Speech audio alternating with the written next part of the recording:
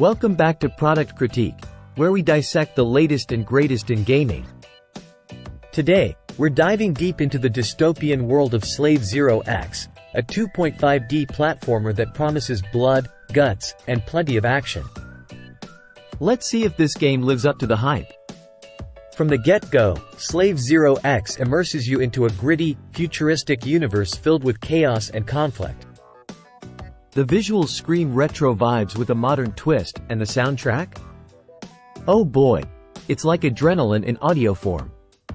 But let's talk gameplay. You step into the shoes of Sho, a freedom fighter armed with nothing but sheer determination and a badass biomechanical weapon. The combat? It's intense, folks. You'll be slicing through enemies, dodging projectiles, and pulling off combos that'll make your fingers dance. Now, don't get me wrong, Slave Zero X isn't a walk in the park. The difficulty curve? It's like climbing Mount Everest. Some fights will have you pulling your hair out, especially when you're swarmed by enemies left, right, and center. But hey, that's part of the charm, right? The satisfaction of finally overcoming those challenging encounters is oh so sweet. And let's not forget the boss fights.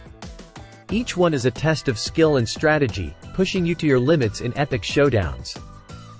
Host, voiceover, and hey, let's talk accessibility.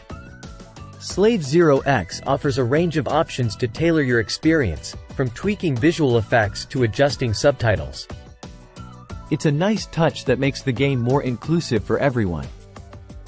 In conclusion, Slave Zero X is a roller coaster ride of adrenaline-pumping action, stunning visuals, and killer beats.